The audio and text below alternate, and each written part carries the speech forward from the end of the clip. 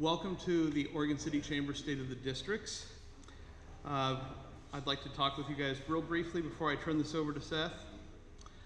Today I want to take just a few moments to recognize our legislators whose contributions to our communities are often underestimated and are far too often underappreciated. When we think of public service, we often focus on policies, debates, and laws.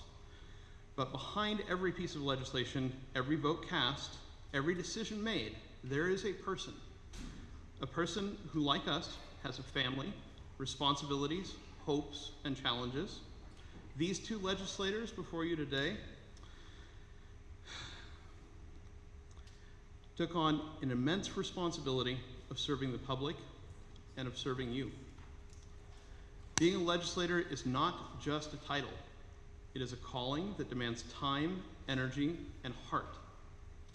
It means long hours away from home, missed family milestones, constant scrutiny, the heavy burden of making decisions that affect thousands and sometimes millions of lives.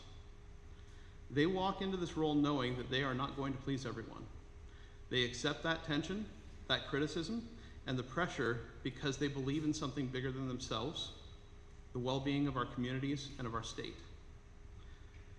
That work doesn't happen in a vacuum. It often comes at the cost of personal comfort, private time, and peace of mind. So today, I'm going to ask you not to just recognize what they do, but to recognize who they are, to realize what they give up to do it. Let's appreciate the people behind the service. We will never agree on every decision or every policy, but we can agree on this. These two have stepped forward to lead our state on behalf of our community when it would have been easier for them not to, and to simply sit back. They are our neighbors, and they are our advocates. They have chosen to serve, and for that they deserve our respect, our gratitude, and our support. Don't just honor their commitment with applause today. Honor it with a renewed understanding of the commitment they've made to our communities, and with your commitment in working to build stronger communities for all of us. Thank you, guys.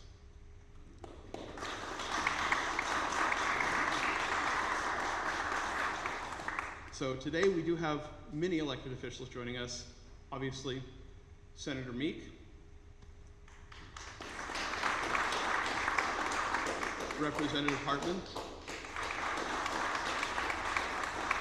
Clackamas County Treasurer Brian Nava, City Commissioner Mike Mitchell, and the Mayor of Oregon City, Denise McGriff. All right, I'm going to turn this over to Mr. Seth Henderson, who's going to be our moderator today, and he is also the chair of the Oregon City Chamber of Commerce. Seth, thank you so much for taking this on today, and just as an FYI, Senator Meek and Representative Hartman have asked to switch spots, so Senator Meek will be presenting first. Good afternoon. So as John stated, my name is Seth Henderson, and I'm the chair of the Oregon City Chamber of Commerce. Appreciate everybody making time in the middle of the day during the week to come out and learn a little bit more about the state of the district, a legislative update. I pulled today the Legislative Policy and Research Office, their one-pager on this long session, which wrapped up on June 27th. And I thought there were some very interesting stats on here I'd share. Anybody know approximately, besides you two, approximately how many bills came out of the House and the Senate this long session? 3,304, 3,304 bills. And of those, 640 passed and went to the governor. Anybody here actually write testimony on any of those bills? Few people? Yeah. 101,899 written testimonies were submitted. Work sessions, 2,295. Public hearings, 2,377. Committee meetings, 1,483. So when we say long session, we're not just talking about the date duration. I mean, it was a tremendous amount of work. So we're going to start off today. The format we're going to do, we've asked each of you to spend about 15 minutes talking about your experience with the legislative session and what's important to you and what you think the individuals in this room might want to hear about. Obviously, the Oregon City Chamber of Commerce is focused a lot on the business sector, so we've got some questions for you afterwards, but each of you are going to do about 15 minutes. Out of 600 plus bills, I think we've highlighted 4 that kind of, we've got a Government and Economic Affairs Committee, and we had a dialogue around what are some bills that you were surprised that passed or are concerned about the impacts of those bills. And yes, we did provide all this information beforehand, so we're not trying to trip anybody up here. So there'll be 4 bills that we've got some questions on, some general questions. Transportation, we're going to have some questions today. State and local control of housing. You guys will have an opportunity to give kind of a pitch why the constituents should vote for you next time around. And then we will open it up to questions from the audience. So you'll see on your table, there's a question form as well as pens. We will make sure we spend at least 15 minutes at the end asking questions. You guys made the time to be here. We want to hear from you. And this is an opportunity to speak directly to your senator and your representative. So with that, Senator Meek, I believe you're going first. It's whatever you want to do. If you want to. Yeah, absolutely.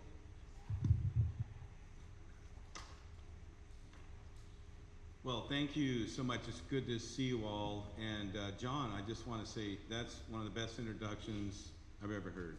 That actually really means a lot, because anybody that tries to be all things to all people fail everybody. And I try to really engage and listen and understand all people, and then formulate, hopefully good decision processing in what I engaged with and what I've supported in the past. So thank you so much, and thank you to the Oregon City Chamber for putting this on this afternoon. As you guys know, many of you, in the last 3 weeks of the session, I think I was in the media way too many times than I was during my 2022 election. And so, all for stuff that was either here nor there, but actually I would have to say things that I was doing that I was proud of. And so people could try to vilify me on that, but I was proud of every comment I made and every decision I made, and even the repercussions. So a little bit about my what my role was this year. I was the chair of the Senate Committee on Finance and Revenue, the chair of the Transportation and Economic Development Subcommittee for Ways and Means. I took over the role for Senator Aaron Woods when he passed, and Senator Aaron Woods and I worked really closely together on a lot of issues. So I miss him dearly, an amazing soul, an amazing person, and I will miss him a lot. But talking about all these committees, my Revenue Committee met twice a week. Transportation and Economic Development, the Ways and Means Subcommittee, met 4 days a week. And I was on the Transportation Committee and the Veterans Committee. I spent 2 nights in the evenings on Mondays and Tuesdays from, I think, 5 o'clock to 7 o'clock on the Transportation Committee. And believe me, I was exhausted. I had to be back, get done at 7 o'clock in the evening, and have to be back at 8 o'clock in the morning for my committees. So, and thank you, John. You recognize this is my wife actually is not a big fan of what I do. I think if she had a chance, she probably would vote against me. But she knows how much it means to me to represent our community and to represent where I came from, what I do, and what I've done in my life. And I appreciate the ability to represent our community here. And I'm glad to see the mayor here and city councilors and our treasurer doing all the best that I can to engage to our county and our cities. So some of the questions about what the big wins were this year, I would say housing. We tried to do some work on housing and infrastructure, but we fell short on making broad changes for affordability and support of small businesses. Some of the questions that we're going to have asked in this, at the end of my comments will engage this as, how am I a business-friendly Democrat?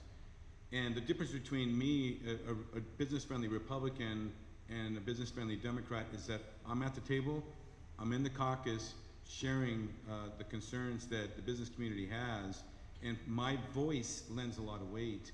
And I've informed other members of the struggles that our small businesses are going through, and even our larger businesses that try to, employ people that can actually pay taxes and send their kids to school. So I inform my decisions in the caucus based on, my background and in knowing a lot of you and the work you're doing. So I'm sorry that a lot of the business things were not completed, and everybody knows about the transportation package. I spent 5 months on that committee, every hearing, listening and waiting. We got framework, we got ideas, but I wanted to see a bill. I wanted to really see what we're trying to raise and how much and why. And then also wanted the accountability measures that ODOT needed to implement, because they have the Abernathy Bridge, as you know. When I started in 2017, ODOT was coming in telling me this project's gonna be $250 million, it's gonna do all this, seismic upgrades and expansion, and now it's $825 million.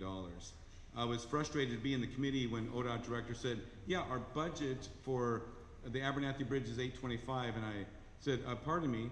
I go, not our initial budget. Yeah, there's a difference between our cost now versus our budget. And so being on the front lines, I was very happy to have a seat at the table. But when I gave some, feedback and concern about the package, I was summarily removed from the committee. And that's how Oregon politics goes nowadays, right? I would actually beg to differ. That should not be that way. I think that the Senate President, Rob Wagner, did a very poor and ineffective job this last 3 years. And I will stand behind those words so much that the letter I sent to my caucus asking for his resignation was leaked, and Nigel Jakewitz with the Willamette Week wrote an article about me demanding his resignation. So I'd love your support and advocacy on that. It's his decision. We can't recall him, but I'm going to make it difficult for him either to become a better leader or to resign. And I don't think the former is possible. So there you go. But key wins: housing, House Bill 2138 and Senate Bill 974 streamlined rules for duplexes, triplexes, and cottage clusters in cities, spurring construction jobs and affordability, keep workers local, and crucial for small businesses needing talent here in Clackamas County. Then construction relief. House Bill 3746 shortens the condo defect lawsuit timelines from 10 years to 7 years. The housing, what was the HACC? Housing Allowance, or Alliance Community? Yeah, HPAC, yeah. Housing provider, yeah, whatever it is. They did a study. It was a legislative group that was bipartisan. They did a study, and they came out to the conclusion that not having condos being built in Oregon because of the onerous lawsuits and frivolous lawsuits that are brought up are keeping these types of units being built. So we passed House Bill 3746, and hopefully when it becomes inked and ready to go, we will see a spur in development and applications for condos. That, to me, is one of the best forms of introductory to home ownership. And we put a lot of sideboards in there to make sure that construction defects were addressed up front, including many additional inspections. One of the things I'm very proud of, right now, many of you may have heard of the doom loop, and that's the loop, the doom and gloom that's going on in the city of Portland. A black eye after, the pandemic, buildings being boarded up, nobody working from, the office anymore, everybody working from home, coffee shops going out of business, buildings losing their value and equity because nobody's coming, and businesses are leaving Portland to go to Lake Oswego, come to Clackamas, come somewhere else friendly that you are to have a business office. So this loop has been destroying, the city of Portland is the economic engine of Oregon. And as it goes, the rest of the state goes. And as a revenue chair, it's my responsibility to make sure we bring in enough revenue without taxing you to death that will actually support our programming and allow our families to thrive. And as more and more businesses are failing or leaving the city of Portland is dying, including their property tax values. So how much time have I got left? Another 5? How are we doing? Good. Okay. Anyhow, so one of the things that I was very proud of, and you may or may not appreciate it, was Senate Bill 110. That is the bill that is bringing Major League Baseball potentially possible to the city of Portland. If you haven't seen the renderings of the stadium, it's beautiful. I was at the National Conference of State Legislators 2 weeks ago in Boston, and by chance had a chance to go into Fenway Park. And the energy there, the economic development all around it, people selling things, people excited, bars, restaurants, just you name it. People coming in from out of town, staying the night, renting, getting Ubers and all the rest. That is what I call economic churn. And more so when you can bring in a beautiful baseball team that hopefully we can get, that brings sponsors. People want to get on the bandwagon. They're going to sponsor our stadium. They're going to sponsor, teams. They're going to do all the rest to get their name out. But more importantly, next door to the stadium are going to be housing, restaurants, hotels, and the riverfront right there is going to be completed from OHSU to South Waterfront, so you can walk all the way from, Burnside Bridge or farther, all the way down to South Waterfront on the river. And so this is money. We dedicated $800 million, but what's amazing about it, it's $800 million of the baseball teams, and I mean the visiting teams and the home teams' payroll when they come here to Oregon. So we're not dedicating any money from Oregon's general fund. We're not taxing you any additional money, not property taxes. But if we bring a team, that money will come to pay for the stadium. And then after the stadium is paid for, we get to keep all that money in our general fund. We can use it for housing, homelessness, investments, infrastructure, and that is on the tune of $50 million a year. And so that is actually a really big deal. But more importantly, it will bring back some vitalization to the city of Portland. So I think, trying to think, look forward and, forecast what it would take to become relevant again here in the state, and for the city of Portland to be able to recognize that. The OBI, Oregon Business and Industries, Portland Chamber of Commerce, and all the rest really supported that initiative. And I'm thankful I was able to get that across the finish line. Okay, so one of the things you may not know about, I didn't keep time, so you tell me. You give me 5 2-minute warning. Are we already there? Okay, all right. I'll just finish on this one. In order to go skiing here in Oregon, you need a skiing, resort like Mount Hood Meadows or Timberline Lodge. And our recreation liability laws are waivers. You go to go skiing, you sign a waiver that says, okay, there's going to be, I take some risk here, there's some risk, inherent risk, but if there's gross negligence where they should have taken care of this, well, they didn't maintain the lifts, they didn't maintain the I can't remember the routes where you go skiing down, trails, and I hit a tree or whatever else, then you get relief. But for ordinary negligence, like I tripped walking out of the lodge on on ice that's inherent with snow, then you can sue. So they've been experiencing, I would say, frivolous lawsuits that are ranging between $100,000 and $1 million, and they have to settle. Their insurance companies are making them settle. So I spoke with the owner of Mount Hood Meadows. His insurance policy, as a small business owner, you understand these, is going from $150,000 a year to $1 million a year. And guess who has to pay for that increase in cost? Skiers. And the other thing is, though, their deductible went from $100,000 to $1 million a year. And wow. So they're going to be paying out of pocket to settle suits. But what I'm trying to do is to have our waiver. State of Oregon is the only state among all the western states, including Washington, California, Denver, Colorado, states that are progressive. They recognize and honor a signed waiver, but Oregon has chosen not to. And so I passed a bill that died in the Senate the last 2 weeks, and because the chair of the Judiciary Committee chose not to address it, so I took it into my own hand because it wasn't not only a legal issue, but it's also an economic development issue, and our businesses and our families are going to suffering. It's the same thing with your fishing guides, your guides going out on whitewater rafting. All of their insurance policies are going up, and they're almost going to be going out of business. So I plan to reintroduce that in the short session. I got 2 bills.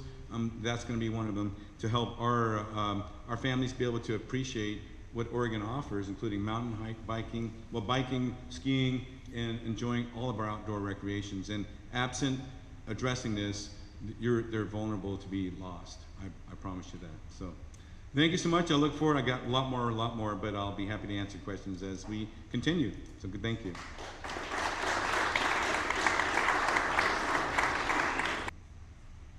Hello, everyone. Ooh, maybe don't talk as loud as Senator Meek. Good afternoon. Good afternoon. All right, let's wake up. Okay, I'm really excited to be here with you all. It's good to see a lot of familiar faces in this space. If I'm being very honest, this event sort of snuck up on me. I was like, there's no way it's already August 20th. I feel like I just was with you all and during session, because that was a really rough last couple of weeks, really rough last 7 days. But I very much appreciate Senator Meek standing strong in that last moment. I just have to share a story because I didn't know if you were going to share it, like what happened. But when myself and Representative Dobson, who we both share Senator Meek as our senator, were sitting in my office getting ready, like literally had popcorn, ready to watch this hearing, and then we get this alert that he's being removed from the committee very publicly, and it was really distasteful. And so like, we gotta go down there. And so we left my office, we walked down into the committee room because it was the overflow room, so we just didn't think there was space. And most of our doors are really heavy in the Capitol, like really heavy that we have to push. And Representative Dobson assumed that the doors to this particular committee room was also heavy. So we walked in and just like slammed open the door and was like, you're gonna mess with our senator, you gotta do it in front of us. And we sat in the front row. And what was really great was we had several other legislators and people from Clackamas come down, and it's, if you're gonna do this, you're gonna do this in front of us to one of our own. It's sort of like a sibling thing, like I can pick on him, but you can't. And that was sort of the one, like that, it was very much a, you know, like it was one of my favorite moments as a legislator that no one, unless you were in the room, saw, because while we all don't agree, you know, 100% of the time, we are there as like a unit, especially for Clackamas County. So I think Clackamas County has a lot to be proud of in how we have built our relationships, regardless if you're a Republican or Democrat, because there were Republicans and Democrats sitting there in support of Senator Meek. And I can't imagine sitting up there knowing that you were supposed to be removed. And so I just really want to highlight and give you a round of applause because it was really awesome. You can go to the next slide. You can go to the next one. So I think while you read this is a lot of words. I just want to do a little bit of a reminder for folks that don't know. So this is my second long session, so my second term. And oh boy, I think now that I have had this second one in, that it feels like the first term was not really a first term. It's a very big learning curve. You're building relationships. You're honestly finding out what you're really passionate about. Every one of us steps in with our own lived experience, but then you're just flooded with information, and then you tour the state. And I am grateful to be, or honored to be on Agriculture, Land Use, Natural Resources, and Water Committee, which I was the vice chair for my first term, and then I stepped down to just serve on the committee. But that committee has taken us across the state into different communities to really learn what decisions, and I think it's like putting a face to the name of when I'm up there voting in a committee. I'm not just voting for House District 40, I'm voting for the whole state. And I don't have to interact with folks all the way down in Phoenix, Oregon. And so I have had really tremendous opportunity to meet people from across the state in doing that. This year, I was elected to be Assistant Majority Leader, which means I got an even more peek behind the curtain. We'll talk about that later. And I also was chosen, which was a surprise, to chair a rather large committee on the House side, which is our Early Childhood and Human Services Committee. And as a sophomore or a second year, you can imagine like, oh, I thought I got over my learning curve. Nope, just kidding. You now have to dive even deeper. And I say that because as someone who served on that committee as just a committee member, there is so much more information that you get as a chair. And when you were talking about human services, we are anywhere from childcare to infrastructure of that childcare, senior living, people living with individual development disabilities, and we're also talking about a very sensitive subject, of child welfare and the abuse that our youngest Oregonians deal with across the state, and that. It really, I don't think it set the tone, but it opened my eyes even more for those of us that have either had to live through the system when we were younger, or we had family members that were foster children, or we have family members that have issues with substance use. It really left me feeling conflicted about how we make decisions in the state and how quickly we make decisions through a committee without centering it around those who are actually living the issue. And I feel like that probably resonates with each person differently in different aspects, whether you own a senior living center, or if you are a trucker, or if you are a child who was in the incarceration system. We still are third in the nation with the highest number of youth in our incarceration system, and I have I think third or second in youth homelessness. So we still have a lot of work to do there. But with that being said, what I learned to love about this work is leaning on each other. And so I think, even my role today, while I'm not on committees like Senator Meek is that deal directly with business, I feel like my role today is very much the people aspect and the human aspect, because without healthy, happy people, we don't have healthy, happy workers. Without inspired people to open up new businesses, we won't have new businesses. And I think we are in that space now. I think the other thing I wanted to share as on more personal level is the newfound power of killing bills silently. That was a lot of fun this year. Again, really uplifting the Clackamas Caucus. We have sort of this, not only the Clackamas Caucus on both chambers, but we also have a lot of people that are legislators now that don't really identify with either far factions of however you politically identify. Some people would say that we're centrists or moderates, but honestly, I just think we're just pragmatic people who, and it's a lot of us that are called swing seats, where we not only do we have these same values, but we genuinely go into our districts and we listen and we learn. I'm never going to be someone that's like, oh yeah, I know the answer to everything. And if any politician answers a question without actually answering the question, just tell me you don't know and you can follow up with me. Please, just be real. But I say that because I know there's people in the room that had bills that they did not like particularly and keep looking at but they're just, it was eye-opening to watch, and I'll just call attention to, some of these sort of powerhouses that fund maybe our campaigns or that seemingly buy votes, if you will, that I know that Senator Meek and myself and several others were like, no, this is just a bad bill. And so there's so much that goes on behind the scenes. You heard all the stats about the thousands of bills and hours and all of the things. Each one of those bills, I wouldn't say all of them, because a lot of them are our favorite legislators who like to do 100 bills that don't actually exist. But there's probably, I would say, a good,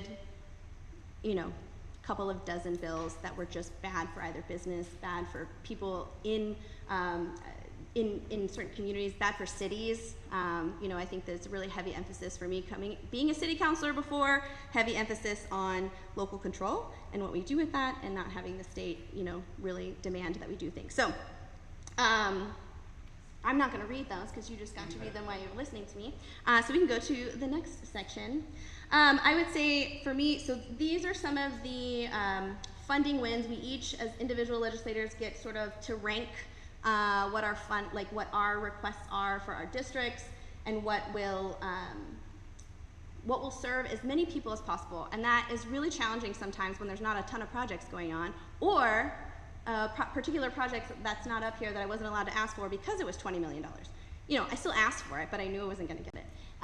But we really, my office very much focuses on water accessibility, clean drinking water.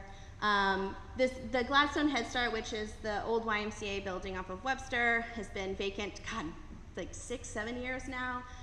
Head Start, Clackamas was able to get some match dollars for that, and this was the funding gap that they needed to open it up and begin serving families within Gladstone. So we were very excited about that. And then Oak Lodge Water Services, which mostly serves on the other side of the river, like Oak Grove and half of Gladstone, I believe. That was the other, continuing on the projects that they were doing. And these other two sort of was like Clackamas Caucus based and how we can invest well into this area. I will say, you know,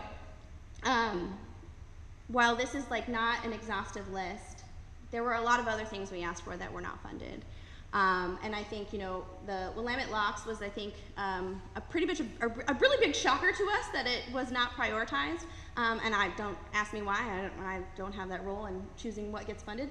But I think that there are a lot of funding things that were asked for that we unfortunately were unable to get. And I think, before I move on to the next slide, my office, while not directly related to like business and uplifting that, again, happy, healthy people, is, I would say one, maybe the only, if not one of a handful that really centers their work around domestic violence and sexual assault. And so we do a lot of that work within my office. And so I have to do a shameless plug, even though it's not up there, that we were able to pass 3 really, I would say, fantastic bills, one of them being 20 years in the making, but we were able to remove this year statutes of limitations on civil sex crimes for child abuse victims. We now know, after years of data, that it takes someone, the average age now is 52 to come forward when they are a victim of that, when they were a child. And so I always like to highlight that because that was one of the hardest hills that I had to climb, that my team had to climb, because it's a topic that no one's like, you don't want to talk about. So that one, we had, 3-4 public hearings. That's how many times I had to go through the committees. It got moved to rules at the end because the chair of judiciary didn't want to move it, but I threw a tantrum and it got moved to rules. And so we were, in the end, after pushback and fixing some, after both hearing back from community and those who work with these victims, we were able to pass it unanimously out of both chambers. And so that was a really, really, really big win. And with that, I do want to highlight my staff that's here. Daniel is my chief of staff and Kavi is our legislative aide. And the amount of hours that they work, that's the next stat we need, is like how many hours our staff works. Without those two, we were unable to pass a lot of the bills. And I would say, just ending on the note of what we weren't able to do that we will continue to advocate for, is I think a lot of folks know that our sex offender list is on a backlog of about 18,000, I believe, 16 or 18,000, and that is because the state of Oregon doesn't recognize the way other states rank their level 1, 2, and 3. And so that unfortunately didn't make it through that we could be able to accept that. And then we also tried to get our school districts to have access to the level 2 and 3 for volunteers. We have some stories out of Happy Valley where it's mostly volunteers, right? You do background checks on teachers and whatnot, and that, we had a parent come in and unfortunately we hadn't registered them yet, and they, the schools don't have access to the database. So we'll continue to work on those things, and we will continue to lift up all the work that Clackamas County has done in advancing our strangulation education and funding the kits, because right now we are the shining star in that, and I would love for it to be replicated in all the other counties, so thank you for that. Next slide. So this was another one of those bills that when I got into it, I didn't know a lot of people had feelings about this on both sides. But I will say that the squatter evictions rules, and I'm sure Senator Meek has experienced this before, are very outdated. And we actually can't find, we tried to look about when this came into law, but it's more than at least 40 years ago. But in Gladstone, down the street from where I live, we had some tenants that were living in a house, and then they lost it to auction, and the tenants, the new owner was unable to evict them because they didn't have a tenant-landlord relationship. So they had to go through this like 7-month process, right? So that's where it began. And then the outpouring of stories across the state of different levels of squatters was phenomenal. The one interesting thing that I learned from this, though, is that while my experience came from sort of a negative outlook on someone, playing with the system, we also learned that there are, it's bad to say like good squatters, like it feels weird, but people who have been duped by the system. So we have an elderly woman who accidentally, signed their title away and wasn't aware that they did that, and they literally tried to evict her the next day. And we wanted to make sure that folks like that are being taken advantage of by predatory loans are able to still have a system. So, and I say that because most of the comments I get is like, why 24 hours? It should just be immediate, but that's why. So if you ever hear someone say that, but we want to be able to give people who are not bad squatters to have that ability to go through the process in case they were taken advantage of. And this one, again, unanimous in both chambers, which was very exciting. You can go next. So in my work as chair, we obviously focused a lot on childcare. And this was the one bill that survived. I think all the other ones died in Ways and Means. But really, this is so back 2 years ago, we funded a study around how to help streamline child care facility siting. We often hear, I think, several at Oregon City and Gladstone, particularly churches that have been used for Sunday school or preschool, technically are not allowed to have full-day child care because of the certain siting rules that we have. So this is basically going to create a manual for cities to use, not mandating anything, okay? No mandating, but really just able to help these local codes get updated within a certain time frame, what technical assistance might a city or county need, and then we're still going to be collecting data on like what are some of the issues that we're still seeing as for smaller cities that maybe don't have the capacity to process these permits quickly. But I will say in the way of human services and childcare, when I became chair, one of the first exercises we did was sit in a conference room for what we thought was going to be 2 hours, but it ended up being almost 6.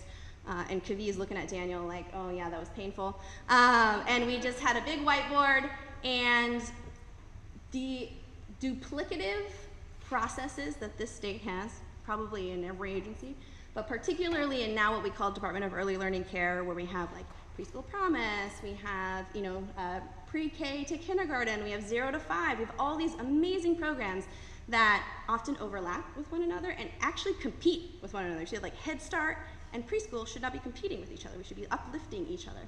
And so that is work that we're gonna continue in the interim to figure out how to streamline, probably save a lot of money, to be quite honest with you, and really make sure we're targeting those dollars to the people that actually need it.